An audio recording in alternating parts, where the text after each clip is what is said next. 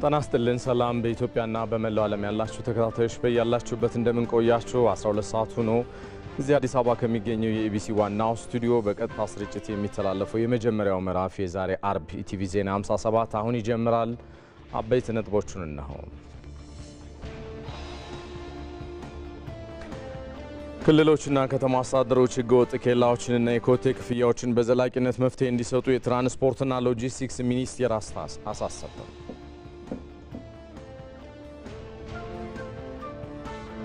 የፕሬስ ነጻነት ቀን ስናከብር ዜጎች በሰው ሰራሽ አስተውሎት በተቀነባበረ መረጃ እንዳይጭበረበሩ ትክክለኛ መረጃ የሚያገኙበት እሳቤ የሚያጎለብትበት ሊሆን እንደሚገባ ተገለጸ። ዩክሬን የማዕድን ሀብት ባለቤትነቷን ሙሉ በሙሉ የሚያረጋግጥ ስምምነት ከአሜሪካ ጋር ስለመፈራረሟ ደግሞ ከውጭ ለትንታኔ ይዘናል። ሰለሞን ኃይለ ኢየሱስ ነኝ፣ አብራችሁን ቆዩ።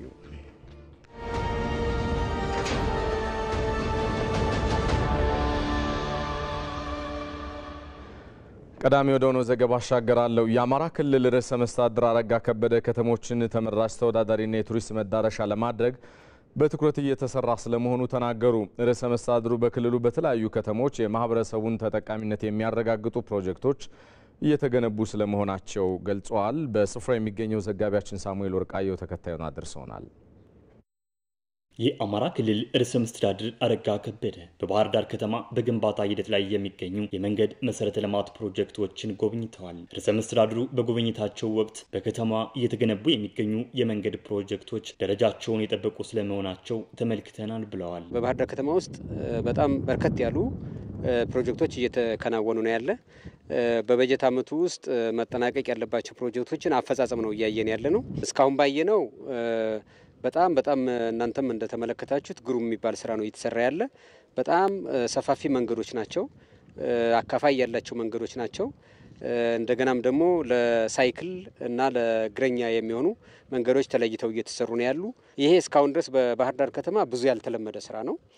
እንደዚህ አይነት ለሁሉም አገልግሎት ለእግረኛም ለሳይክልም ለአትክልትም እንደገናም ደግሞ ለተሽከርካሪ ለሌሎች ተሽከርካሪዎች ግልጽ አገልግሎት የሚሰጥ መንገድ በባህር ዳር ከተማ በአይነቱ የተለየ ነው። የመንገድ ፕሮጀክቶች ግንባታቸው ሲከናወንም የተለያዩ መሰረተ ልማቶችን ታሳቢ ባደረገ መልኩ መሆኑንም ርዕሰ መስተዳድሩ ገልጸዋል። መንገድ ብቻ ሳይሆን የኤሌክትሪክም የውሃም ሌሎች አገልግሎቶችም በደንብ ተሳልጠው እንዲሰሩ ነው የሚደረገው። ቀደም ሲል እንደነበረው አንዱ ባንዱ ላይ የሚጋጭ ልማት እንቅስቃሴ ሳይሆን ተስማሚ እርስ በራሳቸው ተስማምተው ተመጋግበው እንዲሄዱ ነው የምናደርግ። ለምሳሌ መንገድ ስንሰራ የውሃ መሸጋገሪያ ቧንቧዎችን እንቆርጣለን። የኤሌክትሪክ ምሰሶችን እንደ መብራት የመስጠት አገልግሎታቸው እንዲስተጓጉል ይደረጋል። ነገር ግን አሁን ስማርት በሆነ መንገድ ወይም ደግሞ ተናባቢ በሆነ መንገድ እንዲሰራ እየተደረገ ነው ያለ። ፕሮጀክቶችን ክረምቱ ከመግባቱ በፊት ለማጠናቀቅም ርብርብ እየተደረገ ነው ያሉት ርዕሰ መስተዳድሩ ግንባታቸው ሲጠናቀቅም አጠቃላይ ለከተማ እንቅስቃሴ ዘርፈ ብዙ ሚና ይኖራቸዋልም ብለዋል። በአንድ በኩል የዜጎችን ከቦታ ቦታ የመንቀሳቀስ ቅልጥፍናቸውን ያሻሽላሉ፣ ደህንነታቸውን ያሻሽላሉ።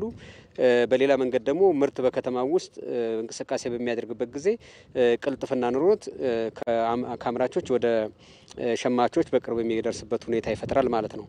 በአጠቃላይ በከተማ ውስጥ ውበትን የሚጨምሩ በሰዎች እንቅስቃሴ በምርት እንቅስቃሴ ላይ ቅልጥፍናን የሚጨምሩ መንገዶች ናቸው እና ይሄ በለጠ ተጠናክሮ ይቀጥላል። እንደነዚህ አይነት የማህበረሰቡን ሁለንተናዊ ተጠቃሚነት የሚያረጋግጡ የመሰረተ ልማት ስራዎች በክልሉ በሌሎችም ከተሞች እየተከናወኑ መሆኑን ተገልጿል። ለአብነትም ርዕሰ መስተዳድሩ በደሴ ከተማ እየተከናወኑ የሚገኙ የመንገድ ፕሮጀክቶችን ከቀናት በፊት መመልከታቸውን ተናግረዋል። በጥሩ አፈጻጸም ላይ እንደሚገኙም ገልጸዋል። የመሰረተ ልማት ዝርጋታ ስራዎች በቀጣዩ በጀት ዓመትም በክልሉ በተለያዩ ከተሞች ተጠናክሮ ይቀጥላልም ነው ያሉት። ከተሞቻችንን ተወዳዳሪ ተመራጭ የቱሪስት የምርት የአገልግሎት ከተማ እንዲሆኑ ለማድረግ ሰፊ ስራ እየሰራን ያለን። ከዚህ ቀጥሎ በሌሎች የሜትሮፖሊታን ወይም የሬጂዮፖሊታን ከተሞችም ተመሳሳይ ስራ ይሰራል። ለምሳሌ ደብረ ብርሃን ስራው ቀጥሏል፣ ኮምቦልቻ ስራው ቀጥሏል፣ ወልዲያ ስራው ቀጥሏል፣ ደብረ ማርቆስ ስራው ቀጥሏል ማለት ነው። ስለዚህ እንዲህ እያደረግን ከነሱ በታች ባሉ መካከለኛና አነስተኛ ከተሞችም ተመሳሳይ ተግባራት እንዲሰሩ እያደረግን እነዚህን ትልልቅ ከተሞችን እንዳንድ ሞዴል ወስደው እንዲሰሩ እያደረግን ያለን። በጉብኝቱም ርዕሰ መስተዳድር አረጋ ከበደን ጨምሮ የባህር ዳር ከተማ ተቀዳሚ ምክትል ከንቲባ ጎሹ እንዳላማውና ሌሎችም ከፍተኛ አመራሮች ተሳትፈዋል። ክልሎችና ከተማ አስተዳደሮች ህገወጥ ኬላዎችንና የኮቴ ክፍያዎችን በዘላቂነት መፍትሄ እንዲሰጡ የትራንስፖርትና ሎጂስቲክስ ሚኒስቴር አሳሰበ። ትራንስፖርትና ሎጂስቲክስ ዘርፉ ለኢትዮጵያ ኢኮኖሚ እድገት ያለው አስተዋጽኦ እያደገ ስለመምጣቱ ተገልጿል። ሞላ ለማየው የትራንስፖርትና ሎጂስቲክስ ዘርፍ የ2017 በጀት ዓመት 9 ወራት አፈጻጸም ሀገር አቀፍ የሴክተር ውይይት በአዲስ አበባ ተካሂዷል። ዘርፉ ለአጠቃላይ ኢኮኖሚ የሚያደርገውን አስተዋጽኦ ለማሳደግ የተለያዩ የማሻሻያ ስራዎች በመከናወናቸው የገቢና ወጪ ንግዱን ማቀላጠፍ ተችሏል የሚሉት የትራንስፖርትና ሎጂስቲክስ ሚኒስትር ዴኤታ ደንጌ ቦሩ ናቸው። የወጪ ጭነታችን ወደ 14% አድጓል። ይሄ በብዙ ማሳያዎች ማንሳት እንችላለን። በዋናነት የኢትዮጵያ ከኤክስፖርት ከ5 ቢሊዮን ዶላር በላይ እያገኘች ነው አሁን በ9 ወር ውስጥ ማለት ነው። ያ ማለት በዛ ውስጥ ቡና አለ። ቡናን በኮንቴነር በወር አንዳንድ እስከ 40 ሺህ ቶን እንዲጓጓዝ የተለየ ግብረ ኃይል አቋቁመን ይህንን ስራ እንዲሳለጥ እያደረግን ያለ ነው። ከክልሎች ጋር በመናበብ ጭምር የትራንስፖርት አገልግሎቱን ሀገር አቀፍ የህዝብ ምልልስ የተሻለ ማድረግ መቻሉን የትራንስፖርትና ሎጂስቲክስ ሚኒስትር ዴኤታ በርኦ ሀሰን ገልጸዋል። ኢትዮ ጅቡቲ ባቡርም ላይ ሲስተዋሉ የነበሩ የባቡር እገታዎች፣ የንብረት ስርቆት፣ የባቡርን ፍጥነት የሚገድቡ ስራዎች ላይ የአካባቢው መስተዳድሮችን ኦንቦርድ በማምጣትና ህዝባዊ ውይይቶችን በማካሄድ እነዚህ ኢንሲደንቶች እንዲቀንሱ ያደረግንበትና የባቡር ፍጥነትም ከነበረበት 35 ኪሎ ሜትር በሰዓት አሁን 47 ለመድረስ የቻልንበት ሁኔታ ነው ያለው። የጭነት ማንሳት አቅማችንም አሻሽለናል። ባለፉት 9 ወራት የተገኙ ስኬቶችና ያጋጠሙ ችግሮች ላይ ውይይት የተካሄደ ሲሆን በዋናነት በክልሎችና ከተማ አስተዳደሮች የሚስተዋሉ ህገወጥ ኬላዎችና የኮቴ ክፍያዎች በችግርነት ተጠቅሰዋል። በመሆኑም የክልል ትራንስፖርት ኃላፊዎች ችግሩ በኢኮኖሚው ላይ የሚኖረውን ተጽዕኖ በመረዳት ለመፍትሄው እንዲሰሩ ሚኒስትሩ ዶክተር አለሙ ስሜ አስገንዝበዋል። ገመድ ይነሳል፣ ግን ሰው አለ። የኮቴ የሚባለው እኮ በፌዴራል መንገድ ላይ ነው። ፌዴራል ባሰራው መንገድ ላይ ኮቴ ይባላል። መንገዱ የፌዴራል ነው። በዛ ላይ ያለፈ ተሽከርካሪን ኮቴ ክፈል ይባላል። በጣም ህገወጥና ጎጥነቱ ብቻ አይደለም፣ ኢኮኖሚ ይጎዳል። ዘይት ከፋብሪካ ወደ ገበያ ጭኖ የሚሄደው ተሽከርካሪ በየመንገዱ አላስፈላጊ ክፍያ ከፍሎ ዋጋ ከበዛበት ዘይት ያስጫነው ሰው ላይ የትራንስፖርት ዋጋ ይጨምራል። ዘይት ያስጫነው ሰውዬ ደግሞ ዘይቱ ዋጋ ላይ ይጨምራል። መጨረሻ ላይ ዋጋውን የሚከፍለው ህዝቡ፣ ዘይቱን የሚጠቀመው በየቤቱ ዘይቱን የሚጠቀመው ህዝብ ነው የሚሆነው ማለት ነው። የዋጋ ንረት ላይ አስተዋጽኦ እያደረገ ነው። በአዲስ አበባ ከተማ የትራንስፖርት አገልግሎቱን ተደራሽ ለማድረግ በኤሌክትሪክ የሚሰሩ አውቶቡሶችን ወደ ስራ ማስገባቱንና ሌሎች ማሻሻያዎችን መተግበሩን የከተማ አስተዳደሩ ትራንስፖርት ቢሮ ኃላፊ አቶ ያበባል አዲስ ተናግረዋል። ባለፉት ዓመታት በተለያየ ችግር ምክንያት የቆሙ 200 አውቶቡሶች ተጠግነው ወደ ስራ ውስጥ እንዲገቡ ማድረግ ተችሏል። ይህም በመሆኑ የከተማ አውቶቡስ አገልግሎት በቀን ሲያጓጉዝ ከነበረው 600 ሺህ ህዝብ በዚህ ዓመት ወደ 1.1 ሚሊዮን እንዲያድግ ማድረግ የተቻለበት ሁኔታ ተፈጥሯል ማለት ነው። ከዚህ በተጨማሪም የከተማ አውቶቡስ አገልግሎት ድርጅቱ የአውቶቡሶች ምልልስ በቀን 8 አካባቢ ነበር የነበረው በ2016 ማለት ነው። በዚህ ዓመት ግን የከተማ አውቶቡስ አገልግሎት ድርጅትን አቅም ለማሳደግ በሰራ ነው ስራ ወደ 12 ያሳደገበት ሁኔታ ነው ያለው ማለት ነው። የህዝቡን ትራንስፖርት ችግር ለመፍታት እየተሰሩ ካሉ የመሰረተ ልማት ስራዎች መካከል አንዱ የሆነው የቃሊቲ ሞዴል የአውቶቡስ መናኸሪያ ስራው መጠናቀቁም ተገልጿል። ለትምህርት ጥራት ማሳያ የሚሆኑ 50 ሞዴል ሁለተኛ ደረጃ ትምህርት ቤቶች ግንባታ በኢትዮጵያ በተለያዩ አካባቢዎች እየተከናወነ ስለመሆኑ የትምህርት ሚኒስትሩ ፕሮፌሰር ብርሃኑ ነጋ ገለጹ። ሚኒስትሩ በደቡባዊ ሲዳማ ዞን አለታ ጩኮ ከተማ ለሚገነባው ሩፎ ዋኤኖ ልዩ ሁለተኛ ደረጃ ትምህርት ቤት የመሰረት ድንጋይ አስቀምጠዋል። ኢትዮጵያ በዓለም አቀፍ መድረኮች ተወዳዳሪ የሚሆን የተማረ ዜጋ እንዲኖራት ለትምህርት ጥራት ልዩ ትኩረት በመስጠት እየተሰራ ስለመሆኑ የትምህርት ሚኒስትሩ ፕሮፌሰር ብርሃኑ ነጋ ተናግረዋል። እውነትና እውቀትን የሚሻ ትውልድ ካልፈጠርን እየተቀየረ ያለ ዓለም ነው ይሄ ዓለም። እውቀትን የሚፈልጉ ዜጎች ማፍራት ከቻልን ብቻ ነው ይህን ማድረግ የምንችለው በሚል በሃይ ስኩል ደረጃ ወደ 50 ሞዴል ሃይ ስኩሎች ለመስራት ነው የጀመርነው እንቅስቃሴ። 16 ባለፈው ዓመት አስጀምረናል። አሁን በዚህ ይሄ አመት ሳያልቅ ሌላ 15 በመጀመሪያው ዙር እንጀምራለን። ከዛ እስከሚቀጥለው አመት 50ንም ሞዴል ሃይ ስኩሎች እንጨርሳለን። ይሄ ትምህርት ቤት ከ500 ሚሊዮን ብር በላይ ነው የሚያወጣው። በአንድ አመት ጊዜ ይሄ ትምህርት ቤት አልቆ ስራ መጀመር አለበት። ሪፖርተራችን አስረሳ ወገሼ እንደዘገበው በአለታ ጭኮ የሚገነባው ይሄው ልዩ ሁለተኛ ደረጃ ትምህርት ቤት አገልግሎት መስጠት ሲጀምር የተማሪ ክፍል ጥምርታን በማሻሻል የትምህርት ጥራትን ለማረጋገጥ እንደሚያግዝ የክልሉ ትምህርት ቢሮ ጽህፈት ቤት ኃላፊ አቶ ዘገየ ኮይሳ ገልጸዋል። ከተማ 50,000 በላይ ማህበረሰብ የያዘ ከተማ ከመሆኑ አንፃር ከዛ የሚወጡ ተማሪዎችን ከማቀፍ አንፃር ትምህርት ቤቱ ተማሪ ጥምርታ ያልተስተካከለ ከመሆኑ አንፃር ያሉ ችግሮችን የሚፈታልን። ሁለተኛ አሁን የምናስቀጥለው ትምህርት ጥራት ለማምጣት ትምህርት ለትውልድ ያልነውን ፕሮጀክት አንዱ ከመሆኑ አንፃር ይህንን ትኩረት ሰጥቶ ትምህርት ሚኒስቴር ዛሬ እዚህ በመገኘታችሁ ትልቅ ደስታ በሲዳማ ክልል ትምህርት ቢሮ ስም ላቀርብ ፈልጋለሁ። ሸጎሌ አካባቢ ከሚገኘው የኢቢሲ ስቱዲዮ በቀጥታ ስርጭት እየተላለፈላችሁ የሚገኘው የመጀመሪያው ምዕራፍ ኢቲቪ ዜና 57 እንደቀጠለ ነው። የተወደዳችሁ በኦሮሚያ ክልል ምስራቅ ሸዋ ዞን ሎሜ ወረዳ የዘንድሮ አረንጓዴ አሻራ መርሃ ግብር ከ36 ሚሊዮን በላይ ችግኝ ስለመዘጋጀቱ ተገልጿል። በሎሜ ወረዳ ለምግብነት፣ ለውበት እንደዚሁም የገጠር ኮሪደርን ለማከናወን ሲባል የሚያስችሉ ችግኞች እንደተዘጋጁ ነው ለማወቅ የተቻለው። ዘጋቢያችን መሐመድ አልቃድር ተከታዩን ይዟል። በኦሮሚያ ክልል ምስራቅ ሸዋ ዞን ሎሜ ወረዳ እንገኛለን። በዚህ በዘንድሮ የአረንጓዴ አሻራ መርሃ ግብር የችግኝ አፈላል ስርዓቱ ችግኞች ምን ያክል ተዘጋጅተዋል የሚለውን ለመመልከት በዚህ ስፍራ ላይ ተገኝተናል። እንደምትመለከቱት በዚህ ችግኝ ጣቢያ ላይ ለዘንድሮ የአረንጓዴ አሻራ መርሃ ግብር ዝግጅቶች እየተከናወኑ ነው። የተለያዩ ለውበት ለምግብነት የሚውሉ ችግኞች በዚህ የችግኝ ማፍያ ጣቢያ ላይ እየተዘጋጁ ይገኛሉ። ዘንድሮ በዚህ በሎሜ ወረዳ ምን ያክል ችግኞች ለመተከል ታቅደዋል፣ ቅድመ ዝግጅታቸው በምን መልኩ እየተከወነ ነው የሚለውን የምንጠይቅ ይሆናል። ካጠገቤ እንግዲህ እነዚህን ችግኞች በመንከባከብ ችግኞችንም በማፍላት ስራ ላይ የሚገኙ እናት አሉ። ከሳቸው ጋር ዝግጅቱ ምን ይመስላል የሚለውን የሚነግሩን ይሆናል። የዘንድሮ ዝግጅታችን በጣም ተዘጋጅተንበታል። ችግኞቹም በቆንጆ ደረጃ ላይ ነው ያሉት እና እንክብካቤውም ቆንጆ ነው። ዝግጅቱ የምንጀምረው ከህዳር ጀምረን መሬት ማስተካከል እንጀምራለን። አሁን ለምሳሌ ተከላ የደረሱ ችግኞችም አሉ።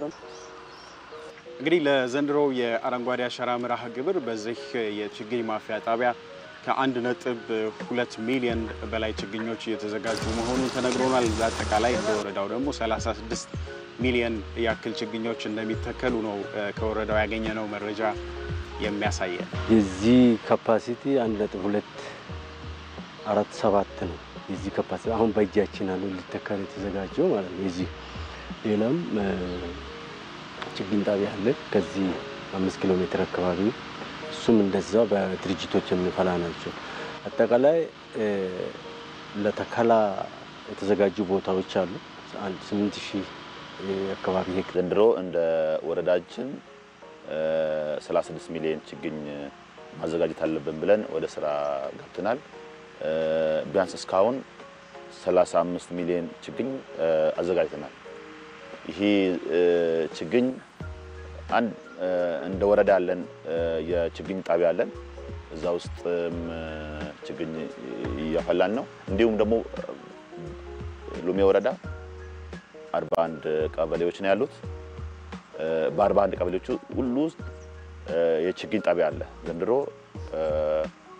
ካለፉት አመታት በተለየ ነው እየሰራን ያለ ነው። ለምግብ የሚያገለግሉ ችግኞችን ነው እያዘጋጀን የምንገኘው። እንዲሁም ባምቡ እንደምታየው ባምቡ ለውበት በጣም አሪፍ ነው። በየገጠሩ የገጠር ኮሪደር እየተሰራ ይገኛል በአሁን ሰዓት በወረዳችን። በዛ ቀርካ ደግሞ ቀየውን እንዲያሳምርና የገጠር ኮሪደር ይዘቱን ይዞ እንዲሄድ ለማድረግ እየሰራ እንገኛለን። ለአረንጓዴ አሻራ መርሃ ግብር እንግዲህ ባለፉት ጥቂት አመታት በርካታ ቢሊዮን ችግኞች በመላ ሀገሪቱ ተተክለዋል። ለምግብነት የሚውሉ እንዲሁም ደግሞ ለውበትነትም ጭምር አገልግሎት የሚሰጡ ችግኞች በዚህ ስፍራ ላይ እየለሙ እየፈሉ ነው የሚገኙት። የሚጠብቁት የአረንጓዴ አሻራ መርሃ ግብር የሚደርስበትን ጊዜ ብቻ ይሆናል ማለት ነው። የሐዋሳ ሐይቅን ከብክለት ለመከላከል የተለያዩ ተቋማት በቅንጅት እየሰሩ ስለመሆኑ ገለጹ። ሐይቁ የተለያዩ ሰው ሰራሽና ተፈጥሯዊ የብክለት አጋላጭ ችግሮች እንዳሉበትም ይገለጻል። ዘጋቢያችን አስረሳ ወገሼ በሐይቁ ዙሪያ ቅኝት አድርጎ ነበረ። ተከታዩን ዘገባ አድርሶናል። ተከታተሉትና እንመለሳለን። የሐዋሳ ፍቅር ሐይቅ በሀገራችን ካሉ ትላልቅ ሐይቆች መካከል አንደኛው ነው። ይህ ሐይቅ ለሐዋሳ ከተማ የቱሪዝም እንቅስቃሴ ከፍተኛ አስተዋጽኦ እያበረከተ ይገኛል። ከዚህ ባለፈ ግን በሐዋሳ ፍቅር ሐይቅና አካባቢው ባሉ የተፈጥሮ ጸጋዎች በርካታ የአካባቢው ነዋሪዎች ህይወታቸውን ይመሩበታል። ከቅርብ ጊዜ ወዲህ ደግሞ ሐይቁን ለብክለት የሚዳርጉ የተለያዩ ተፈጥሯዊና ሰው ሰራሽ ክስተቶች እየተስተዋሉ ይገኛሉ። ይህንን ለመከላከል የሚመለከታቸው ባለድርሻ አካላት ምን እየሰሩ ይሆን ስንል እንጠይቃለን። አብረን እንጓዛለን ተመልካቾች። የሐዋሳ ፍቅር ሐይቅን ደህንነት ለመጠበቅ ከሚሰሩ ተቋማት መካከል የስምጥ ሸለቆ ቤዚን አስተዳደር ጽሕፈት ቤት አንደኛው ነው። እዚህ አጠገቤ አንድ እንግዳ አሉ። እንግዳዬ በተቋሙ ከፍተኛ ተመራማሪ ሆኑት አቶ በየነ ምንዳ ናቸው። ከሳቸው ጋር አጠር ያለ ቆይታ ማድረግ ነው የሚሆነው። በጣም አመሰግናለሁ ለጊዜዎት። አመሰግናለሁ። የሐዋሳ ፍቅር ሐይቅን ደህንነት ሊጎዱ የሚችሉ ወይም ደግሞ ለብክለት አጋላጭ ሊሆኑ የሚችሉ ምክንያቶች ምንድናቸው ብላችሁ ለይታችኋል? እስኪ አንዱ ከከተማዋ ወደ ሐይቁ የሚገባው የከተማ ፍሳሽ አንድ፣ ሁለተኛ ከአካባቢው ካሉ ኢንዱስትሪዎች የሚገባ ያልተጣራ ውሃ ወደ ሐይቁ መግባት ሁለት፣ ሶስተኛው በሁለቱም አጎራባች ክልሎች በሲዳማና በኦሮሚያ ክልል አጎራባች ማህበረሰብ የእርሻ ምርት ስለሚያመርት ከግብርና የእጽዋት መጠበቂያ ኬሚካሎች ስለሚረጩ ከዛ በጎርፍ መልክ ተቀላቅሎ ወደ ሐይቁ የሚገባው እነዚህ ሶስት ትላልቅ ወይም ከፍተኛ ብክለት የሚያስከትሉ ናቸው ብለን ለይተናል። ውሃ በብዙ አይነት የሚበከል ነገር ነው። ኬሚካል አለው፣ ባዮሎጂካል አለው፣ ፊዚካል አለው። አሁን እኛ 13 የፓራሜትሮችን ወይም 13 የብክለት አይነቶችን ነው ወደ 12ቱን ፓራሜትሮች ይሄን እሱ መሰሪያ ይለካል። ሪፈራል ሆስፒታል ለምሳሌ ይለካል። ኢንዱስትሪ ፓርክ አጣርቼ ልካለሁ ይላል። እኛ ግን በተለያየ ጊዜ ፈትሸን በተለያየ ጊዜ በዝናብ ሰዓት ጎርፍ በመለቀበት ሰዓት መተን ያገኘነው ውጤት ግን ይሄን አያሳይም። ተመልካቾቻችን አሁን ደግሞ ከሐዋሳ ከተማ አስተዳደር አካባቢ ጥበቃ ደንና አየር ንብረት ለውጥ ጽሕፈት ቤት ኃላፊ አቶ ስጦታ ከንባታ ጋር ነው የምገኘው። አጠቃላይ ምንድነው እየተሰራ ያለው ማለት ይቻላል? እስኪ ሐይቁ ትንሽ አቀማመጡ ዝቅ ያለም ስለሆነ ከከተማ የሚወጣው ጎርፍ ወደ ሐይቁ ነው የሚገባው። ያንን ከመከላከል አንጻር ምንድነው እየተደረገ ያለው? አጠቃላይ የሚመጣውን ጎርፍ ወደ ሐይቁ እንዳይገባ የመክታት ነገር፣ አርቲፊሻል ዌትላንዶችን የመገንባት ነገር፣ ከዚያ ያለፈ እየተጣራ ብቻ እንዲገባ ሌሎች ነገሮች አብሮ እንዳይገቡ ግድብ የመስራት ነገሮች ናቸው እየተሰሩ ያሉት። አጠቃላይ የመከላከል ስራዎች በተጨባጭ ለውጥ አምጥተዋል። በካይ ተቋማት ቅድም እንደ ኢንዱስትሪ ፓርክ እና ሌሎች ተቋማት አሉ። እነዛ ኬሚካላቸውን እንዳይለቁ ሲለቁም ደግሞ የውሃ ኳሊቲ የሚለካበት መሳሪያ አለ። ሙሉ በሙሉ ተቀርፏል ማለት ግን አይቻልም። የሐዋሳ ሐይቅንም ገጽታውንም በጠበቀ መልኩ የሐይቁንም ኳሊቲ የውሃውንም ኳሊቲ በጠበቀ መልኩ ለሚቀጥለው ጄኔሬሽን ምቹ ኤንቫይሮንመንት እንዲፈጠር ፕሮጀክቶችን የመገንባት ስራ የተጀመሩ ነገሮች አሉ። ጥናቶች እየተደረጉ ነው ያሉት። በጣም አመሰግናለሁ። እኔም በጣም አመሰግናለሁ። የሐዋሳ ፍቅር ሐይቅ ለሐዋሳ ከተማና ለነዋሪዎቿ ህይወትንና ውበትን ሰጥቷል። የዚህን ሐይቅ ደህንነት በዘላቂነት ለመጠበቅ ከከተማው ነዋሪዎች ብሎም ከባለድርሻ አካላት ሰፊ ርብርብ ይጠበቃል።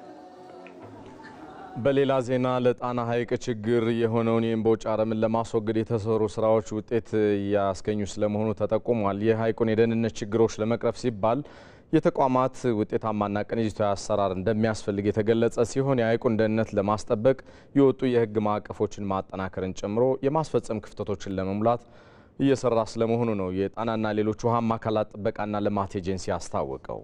ራሄል ፍሬው ተከታዩን አድርሳናለች።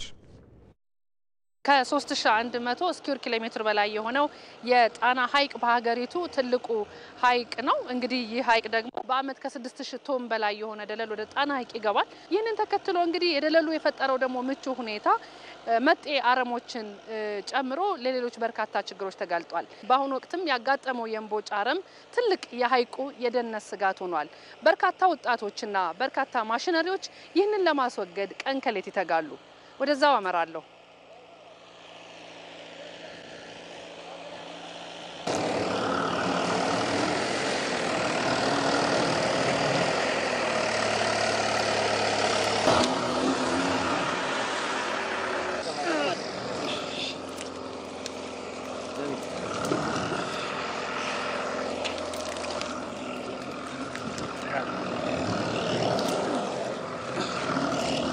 ላለፉት 13 ዓመታት የጣና ሐይቅ የደህንነት ችግር ሆኖ የሚገኘው እምቦጭ አረም እንግዲህ ማዕከላዊ ጎንደር ዞን፣ ደቡብ ጎንደር ዞን እንዲሁም ደግሞ ባህር ዳር ከተማ የተስፋፋባቸው አካባቢዎች ናቸው። እንዲህ በምትመለከቱት መልኩ እንግዲህ በማሽነሪና በሰው ኃይል እየተወገደ ነው የሚገኘው። ሆኖም ይህ በቂ አይደለም። ለመሆኑ የጣና ሐይቅ የደህንነት ስጋቶች አሁን ከምንመለከተው ከእምቦጭ አረም ውጪ ምን ይመስላል? ከዚህም ባለፈ ደግሞ ይህንን ችግር ለማስወገድ የጣና ሐይቅን የደህንነት ለማስጠበቅ እየተከናወኑ ያሉ ተግባራት ምንድናቸው ስንል ጠይቀናል። ጋሻው መሳፍንት እባላለሁ። የጣና ሐይቅና ሌሎች አካላት ጥበቃና ልማት ኤጀንሲ የብዝሃ ሕይወት ክትትልና ቁጥጥር ባለሙያ ነኝ። እንግዲህ ጣና ሐይቅ የኢትዮጵያ ትልቁ ሐይቅ ነው። የኢትዮጵያ ብቻ አይደለም፣ የምስራቅ አፍሪካ ብሎም የአፍሪካ ትልቁ ሐይቃችን 50% ፍሬሽ ዋተር ንጹህ ውሃ የምንለው ጨውነት የሌለው ሐይቃችን ነው። የማህበረሰቡን በተለያየ መልኩ ጥቅም ላይ የሚሰጥ ነው። አሁን ላይ ግን በብዙ ተግዳሮት ውስጥ ያለ ሐይቅ ነው። በተለይም የእምቦጭ አረም መስፋፋት፣ የላይኛው የጣና ክፍል የደለል ክምችት በሰፊው የሚታይበት ነው።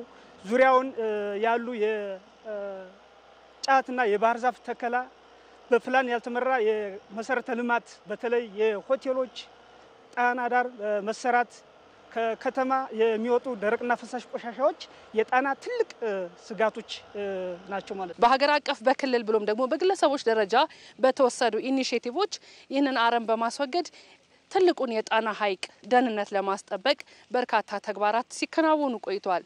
እነዚህ ተግባራት ምን ውጤት አስገኙ? እንደሚታወቀው እምቦጭ አረም ከ2004 ጀምሮ ከተከሰተ ጊዜ ጀምሮ ሽፋኑ እጅግ በጣም ትልቅ ሄክታር የሚሸፍን ነበር፣ እስከ 50 ሺህ እስከ 60 ሺህ። ከአመት በአመት የሚሰራው ስራ ግን የእምቦጭ አረምን ሽፋን እየቀነሰው መጥቷል። ከረንት አሁን ላይ እስከ 2100 2000 ብሎም እስከ 1400 አሁን ከረንት ላይ 1400 የእምቦጭ ሽፋን ነው በጣና ሐይቅ ላይ ያለው። እሱንም በማሽንና በሰው ጉልበት በጣም አጠናክረን ስራውን እየሰራን እንገኛለን። የእምቦጭ አረም እንደምትመለከቱት እስከ 6 ሜትር የሚዘልቅ ከሐይቁ ስር ድረስ መሰረቱን አድርጎ የሚለመልም የሚስፋፋ አረም ነው። እዚህ ጋር እንደምንመለከተው ደግሞ ይህ ወደ ስር የመስደዱ አንድ በጣም መሰረታዊ ችግር በአካባቢው ብዝሃ ሕይወት ላይ የሚያሳድረው ተጽዕኖ ነው። የምንመለከተው ነጭ አሳዎች በዚህ በስሩ እጅግ ተተብትበው እድገታቸው ተገቶ እዚህ ከአረሙ ጋር እየተወገዱ ነው።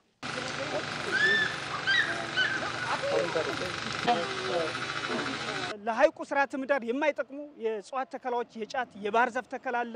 የውሃ አዘል መሬቶች እየተጣፈፉ ነው። የውሃ አዘል መሬቶች በአፈርና በድንጋይ እየተሞሉ ቤት እየተሰሩባቸው ነው። ብዝሃ ሕይወቱ የተፈጥሮ ሀብቱ በጣም እየተጎሳቆለና እየተጎዳ ነው ያለው። አሁን ትልቁ ችግር የህግ የበላይነት አለመከበር ነው። የጣና ዙሪያውን የበፈር ወይ ህግ ያስፈልገዋል። እሱ የበፈር ህግ ተፈጻሚነቱ እስካልተረጋገጠ ድረስ የተለያዩ ሐይቁን የሚጎዱ ተግዳሮች ከቀን ወደ ቀን እየጨመሩ ነው የመጡት። ጣና ሐይቅ በምትመለከቱት ሜካኒካልና የሰው ሰራሽ መንገድ ችግሮች እንዲወገዱለት እየተሰራ ነው። ሆኖም ጣና ሐይቅን ጨምሮ ሌሎች ውሃማ አካላትን ለመጠበቅ የወጡ ህጎችን ማስተግበርና ደጀን ቀጠናውን መጠበቅ ከሁሉ ቀዳሚ ሆኖ ሊተገበር እንደሚገባ የአካባቢው የዘርፉ ሙያተኞችና የአካባቢ መብት ተሟጋቾች ይገልጻሉ። ለኢቲቪ ራሄል ፍሬው ባህር ዳር። ይህ በዚህ እንዳለ የውሃማ አካላት ብክለትን መከላከል ብዝሃ ሕይወትን ለማስጠበቅ የሚደረገው አንዱ ተግባር ነው። የተፋሰስ ልማት ስራዎች ለሰዋማ እንደዚሁም ለውሃማ አካላት ደህንነት ወሳኝ ስለመሆናቸው ይገለጻል። ለእንዲህ አይነት ስራዎች ደግሞ የሁሉም ማህበረሰብ ተሳትፎ ይጠበቃል። በዚህ ጉዳይ ዙሪያ ከኢትዮጵያ ቴሌቪዥን አዲስ ቀን የሀገር ጉዳይ ዝግጅት ጋር ተጨማሪ ምላሽና ማብራሪያ የሰጡት በብዝሃ ሕይወት ኢንስቲትዩት ተመራማሪ የሆኑት ዶክተር አብርሃም አሰፋ በማህበራዊና በስርዓተ ምህዳራዊ ምክንያት የውሃማ አካላት እየተበከሉ ስለመሆኑ ይገልጻሉ። መጀመሪያ ደረጃ እያንዳንዱ የልማት እንቅስቃሴ በአካባቢ የይሁንታ ፍቃድ ማለፍ ካልቻለ የሚያደርሰውን ተጽዕኖ መቀነስ አይችልም ማለት ነው። ምክንያቱም ምንድነው የአካባቢ ጥበቃ ይሄንን እንደ ህግ ያስቀመጠው ማንኛውም ልማት በሚሰራበት ጊዜ የሚያደርሰው ተጽዕኖ ስላለ በአካባቢና በማህበረሰብ ላይ የሚያደርሰው ተጽዕኖ ስላለ ይሄንን ተጽዕኖ ለመቀነስ ደግሞ ግዴታ የይሁንታ ፍቃድ ያስፈልገዋል ማለት ነው። ስለዚህ ምንድነው እዚህ ላይ ያሉ ችግሮቻችን በመጀመሪያ ደረጃ አብዛኛዎቹ አብዛኛዎቹ ፕሮጀክቶችና የልማት ስራዎች የሚከናወኑት የአካባቢ ተጽዕኖ ግምገማ ማቃለያ መንገዶችን ሳይይዙ መግባታቸውም ነው ትልቁ ችግር የሚሆነው። ምክንያቱም የሚሰሩትን ስራ ነው እንጂ የሚያውቁት ከነሱ የሚመነጨው አካባቢን የሚበክል መሆኑን ይህንን ያክል ብዙዎቹ የተረዱ አይደሉም። በርካታ ፕሮጀክቶች በጣና ዙሪያ የሚሰሩ እንደገና ጣና ላይ የሚሰሩ በባህር ዳር ከተማ የሚሰሩ በጎንደር ከተማ እንደዚሁም በአቅራቢያ የሚሰሩ ድርጅቶች እንግዲህ እየገቡ ይገኛሉ። ግን አብዛኛዎቹ ግን ይህንን ፍቃድ ይዘው እየገቡ አይደለም ያሉት። እንግዲህ ይሄ ህግ ማስከበር ስራ የሁሉንም አካላት ይጠይቃል። በአማራ ክልል የአካባቢ ጥበቃ ማህበረሰብ ተጽዕኖ ግምገማ ዲሬክተር አቶ አብርሃም ማርየም በአካባቢና በማህበረሰብ ምክንያት በውሃማ አካላት ላይ የሚደርሰው ጉዳትን ለመከላከል በአካባቢ ጥበቃ የወጡ ህጎችን ተግባራዊ ማድረግ ተገቢ ስለመሆኑ ይገልጻሉ። ማህበራዊ የምንላቸው አብዛኛው የህዝብ ቁጥር መጨመርና ከህዝብ ቁጥር መጨመር ጋር ተያይዞ የፍላጎት መጨመር፣ አርባናይዜሽን፣ ከተሜነት መስፋፋት እና ድህነት እነዚህ ማህበራዊ ናቸው። እነዚህ ማህበራዊ ደግሞ ስርዓተ ምህዳራዊ የሆኑ ችግሮች ይፈጥራሉ። እነዚህ ደግሞ የተፈጥሮ ሀብት መመናመን ያመጣል እና በአብዛኛው ብክለት፣ የውሃ አካላት ብክለት፣ እነዚህ ኢኮሎጂካል ወይም ስርዓተ ምህዳራዊ ችግሮች ብለን በሁለት ሰፋፊ ክፍሎች ልንከፍላቸው እንችላለን። ዜናዎቻችን እንደቀጠሉ ናቸው። የፕሬስ ነጻነት ቀንን ስናከብር ዜጎች በሰው ሰራሽ አስተውሎት መረጃ እንዳይጭበረበሩ ትክክለኛ መረጃ የሚያገኙበት ህሳቤ የሚያጎልብት ሊሆን እንደሚገባ ተገለጸ። 33ኛው የዓለም የፕሬስ ነጻነት ቀንን አስመልክቶ በዚህ በአዲስ አበባ የኢትዮጵያ መገናኛ ብዙሃን ምክር ቤት ባዘጋጀው ፓናል ውይይት እንደተገለጸው ሰው ሰራሽ አስተውሎት በፕሬስ ነጻነትና መገናኛ ብዙሃን ላይ የሚያሳድረው ተጽዕኖ አዎንታዊም አሉታዊ መልክ ያለው ስለመሆኑ ተብራርቷል። የመገናኛ ብዙሃን ባለሙያዎች ታዲያ ለህዝብ አስተማማኝ መረጃ ለማድረስ ሰው ሰራሽ አስተውሎት የሚፈጥራቸውን እድሎችና ስጋቶችን መለየት እንደሚያስፈልጋቸው የኢትዮጵያ መገናኛ ብዙሃን ምክር ቤት ምክትል ሰብሳቢ ታምራት ኃይሉ ገልጸዋል። ይህ ወሳኝ ትኩረት በአርቲፊሻል ኢንተለጀንስ ለገለልተኛ ጋዜጠኝነት፣ ለመገናኛ ብዙሃን ዘላቂነትና ለህዝብ አስተማማኝ መረጃ ተደራሽነት የሚፈጥራቸውን እድሎችና ስጋቶች ለመፍታት ያለመ። በዚህ ዘመን አርቲፊሻል ኢንተለጀንስ በፕሬስ ነጻነትና ለመገናኛ ብዙሃን እጅግ በጣም ብዙ እድሎችንና ከፍተኛ ተግዳሮቶችን ይዞ መጥቷል። በመሆኑም የዘንድሮ የዓለም የፕሬስ ነጻነት ቀን ስናከብር አርቲፊሻል ኢንተለጀንስ እድልን ለመልካም ነገር እንዴት መጠቀም እንደሚቻልና በተመሳሳይ ጊዜ ለገለልተኛ ጋዜጠኝነትና አስተማማኝ መረጃ ተደራሽነት ሊያስከትሉ የሚችሉትን አደጋዎች እንዴት መቀነስ እንደሚቻል ውይይት ለማድረግ እድል ይፈጥራል ብለን እናምናለን። ሪፖርተራችን መሐመድ ረህማቱ እንደዘገበው በውይይቱ ላይ የተባበሩት መንግስታት የባህል ሳይንስና የትምህርት ተቋም ዩኔስኮ የኢትዮጵያ ተወካይ ዶክተር ሪታ ቢስናስ ሰው ሰራሽ አስተውሎት በመገናኛ ብዙሃን ዘርፍ ያለውን አዎንታዊ ጠቀሜታ ለማጎልበት ዩኔስኮ አበክሮ እንደሚሰራ አብራርተዋል። We have already launched the global guidelines on digital platform governance. ግልጸኝነትን፣ ተጠያቂነትና የሰብአዊ መብት ጥበቃን ለማበረታታት ዓለም አቀፋዊ የዲጂታል ፕላትፎርም አስተዳደር መመሪያን ይፋ አድርገናል። በ193 የዩኔስኮ አባል ሀገራት ላይ የተወሰደ የሰው ሰራሽ አስተውሎት ስነ ምግባር ማሻሻያ ላይ ምክረ ሀሳብ አቅርበናል። የሚዲያና መረጃ ግንዛቤ ፈጠራ ፕሮግራሞችን በ100 ሀገራት ላይም አስፋፍተናል። ይህም በተለይ ወጣት ዜጎችን በክህሎት ላይ የተመሰረተ መረጃን ለመፈለግ ያስችላቸዋል። በሸገር ከተማ አስተዳደር ከ251 ቢሊዮን ብር በላይ ያስመዘገቡ ባለሀብቶች በተለያዩ የኢንቨስትመንት ዘርፎች ስለመሰማራታቸው ተገለጸ።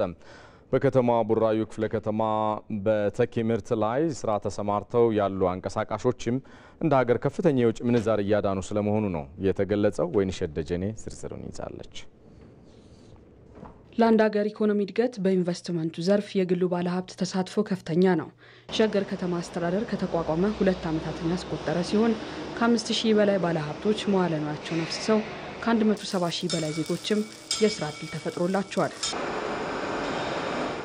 በሸገር ከተማ አስተዳደር በቡራዩ ክፍለ ከተማ ያነጋገርናቸው ድርጅቶችም የተለያዩ ምርቶችን እያመረቱ ለገበያ እያቀረቡ እንደሆነ ገልጸዋል። ድርጅታችን ትራንስፎርመር ነው የሚያመርተው። ከትንንሽ ኬቪዎች ማለት ከ25 ኬቪ ጀምሮ እስከ ትልልቅ ኬቪዎች እስከ 2000 እስከ 4000 5000 ድረስ ኬቪ ድረስ ያመርታል። በአጠቃላይ አዲስና አሮጌ አዳዲስ ትራንስፎርመሮችን አዲስ እንሰራለን። ፌል አድርገው የመጡ ትራንስፎርመሮች በየሪጅኑ ምናምን ያሉትም እነሱ ተሰብስበው ሲመጡ እነሱ ላይም ጥገና እንሰጣለን። የምናመርተው ካርጎ ቦዲ 18 ቶን መጫን የሚችልና ትሬለር ተሳቢ 22 ቶን መጫን የሚችል ካርጎ ቦዲዎችን ነው የምንሰራው። በሚቀጥለው ደግሞ ፈሳሽም ልንጀምር ነው እና ደግሞ በዛ ላይ ደግሞ አሁን እያመረትን ያለነው የወርቅ ማሽን አለ። ትልቅ ነው። ድሮ በባህላዊ የምንሰራበትን ማሽን አሁን ወደ ዘመናዊ አድርገ ነው በሰዓት 80 ቶን ወደ ውሃ የሚወርደው ሁሉ ያስቀርልናል። ተጨማሪ ደግሞ አሁን ምን ጀምረናል? በአዲስ አበባ ከተማ ላይ እየተተከለ ያለው ስማርት ፖሎችንም እዚህ ማምረት ጀምረናል። ከውጭ የሚገቡ ምርቶችን በሀገር ውስጥ በመተካት እንዲሁም በስራ ዕድል ፈጠራ የእውቀት ሽግግር በማድረግ ረገድ ድርጅቶቹ አስተዋጽኦ እያበረከቱ እንደሚገኙ አንስተዋል። ኢትዮጵያ ውስጥ እንደመከፈቱ ተቋሙ ያለው ከውጭ የሚገቡ የነበሩ ምርቶችን በእኛ ሀገር መሰራት መቻሉ ዶላራችንን ሴቭ እናደርጋለን። የቴክኖሎጂ ሽግግር እውቀታችንን ሽግግር ማድረግ ማለት ልጆቹን ይሄ በድሮ በውጭ ዜጎች የሚሰራውን አሁን በኢትዮጵያኖች መሰራቱ ቴክኖሎጂ ሽግግር አድርገናል። ማለት አገሪቷ የምታገኘው ቀላል ገቢ አታገኝም። ሰራተኞችን በመያዛችን የስራ አጥ በመቀነስም ቀላል ነገር አይደለም። የስራ አጥ እንቀንሳለን። የሀገሪቷም ደግሞ የምናስገባው ገቢ ቀላል ገቢ አይደለም። ስለዚህ ከውጭ የሚመጣ ነበረ። አሁን አንዳንድ ማቴሪያል አብዛኛውን እዚህ ነው የምንሰራው። አብዛኛውን የወርቅ ማሽኑን በጠቅላላ አብዛኛውን እዚህ ውስጥ ነው የተሰሩት። አብዛኛው በራሳችን ማሽን በራሳችን ሰው ኃይል ነው የተመረቱት የተሰሩት። በሸገር ከተማ አስተዳደር ከ251 ቢሊዮን ብር በላይ ያስመዘገቡ ባለሀብቶች እንዳሉም ተገልጿል። በማኑፋክቸሪንግና በሰርቪስ ማለት ነው ሁለቱ 5097 ፕሮጀክቶች በኢንቨስትመንት ተመዝግቦ ስራ ውስጥ ያሉ መሆኑን ይታወቃል ማለት ነው። የስራ እድል ከ170 ሺህ በላይ የስራ እድል የተፈጠረ ሲሆን የተመዘገበው ካፒታል 251 ቢሊዮን ያስመዘገቡ ባለሀብቶች አሉ ማለት ነው። ስለዚህ እነዚህ ፕሮጀክቶች በተለይ እንደ ሸገር በተለየ ሁኔታ ስማርት ሲቲ ዲጂታል ከተማ እንፈጥራለን ብለን ስንሄድ ወይ ደግሞ የኢኮኖሚ ከተማ ነው ስንል የመጀመሪያችን ስራና መሰረታዊ ስራ የምንሰራው በኢንቨስትመንት ላይ ነው ማለት ነው። ስለዚህ ኢንቨስትመንታችን ካፒታል በማምጣት ቴክኖሎጂም በማመንጨት የስራ እድል በመፍጠር የአካባቢውን ሕዝብ በልማት በመደገፍ በኩል እየተሰራ ያለው በሸገር ጠንካራ ስራ ነው ማለት ነው። በሸገር ከተማ አስተዳደር ባለሀብቶች ከዚህ በበለጠ መዋዕለ ንዋያቸውን እንዲያፈሱና የተገኘውን ውጤት አጠናክረው ለማስቀጠል የተለያዩ ስራዎች እየተሰሩ ይገኛሉ ተብሏል። ይህ በዚህ እንዳለ በርካታ ኢንዱስትሪ ዘርፍ አምራቾች በኢትዮጵያ ታምርት ንቅናቄ እየተደረጉ ባሉ ድጋፎች ተጠቅመው ስራዎቻቸውን እያስፋፉ ይገኛሉ። ከነኚህም መካከል ባለ 3 እግር ተሽከርካሪ በመገጣጠም ከተለያዩ የማይክሮ ፋይናንስ ድርጅቶች ጋር ተቀናጅቶ ተጠቃሚዎች በብድር እንዲወስዱ እያመቻቸ የሚገኝ ተቋም ተሞክሮ ቃኝተናል። ከራስ አንደበት ተከታትለን እንመለስ።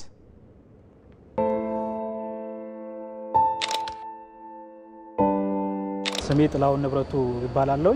በኒፍላወር አጠቃላይ ንግድ ኃላፊነት የተወሰነ የግል ማህበር ውስጥ የሰው ሀብት አስተዳደርና ጠቅላላ አገልግሎት ኃላፊ ሆኜ ነው የሚሰራው። ድርጅታችን ከሚሰራቸው ዋና ዋና ስራዎች ውስጥ አንዱ የፎም ፍራሽ ምርትን ነው የምናመርተው። አምርተን ለሀገር ውስጥ ፍጆታዎች ነው የምናውላቸው። ከነዛም አልፎም ደግሞ 2እና 3 እግር ባጃጅ ላይ ተሰማርቶ እየሰራ ያለ ድርጅት ነው።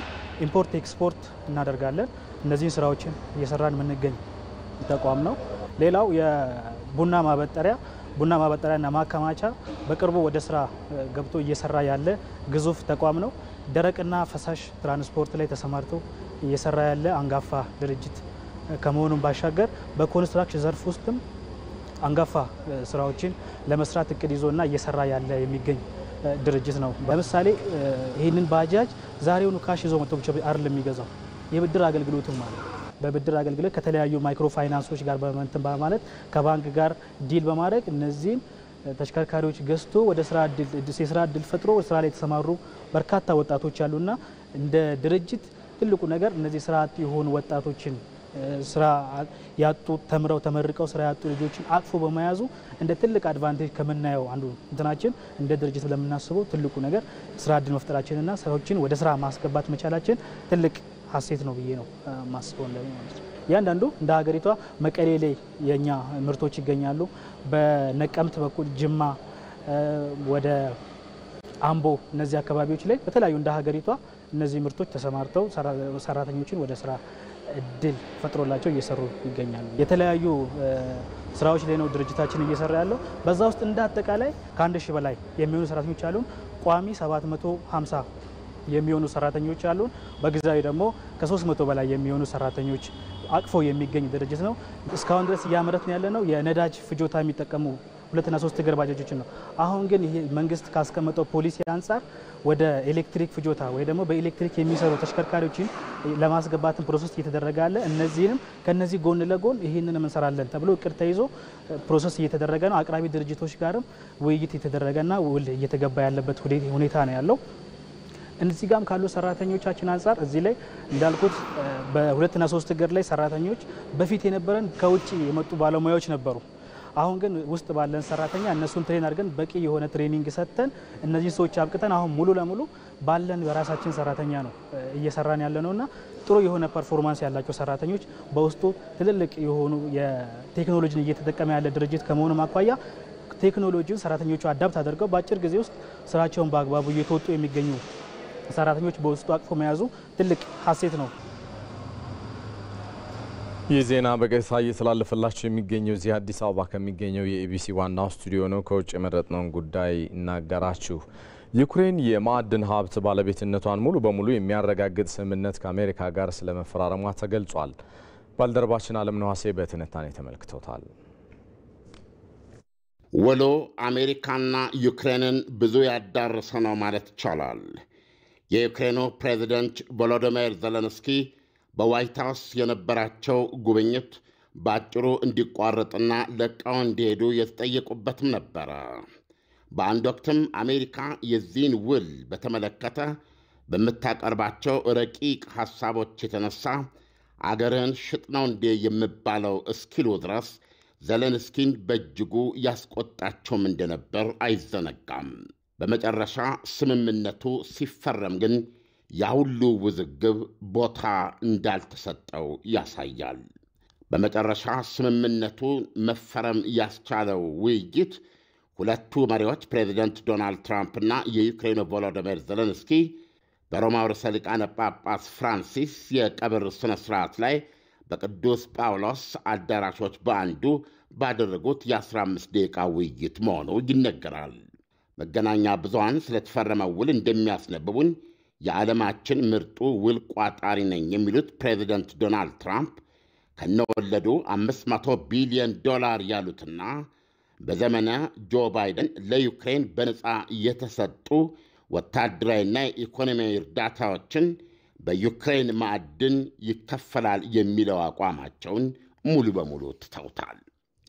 የ47 ዓመቱ ዜሌንስኪ በዚህ ረገድ አሸንፈዋል።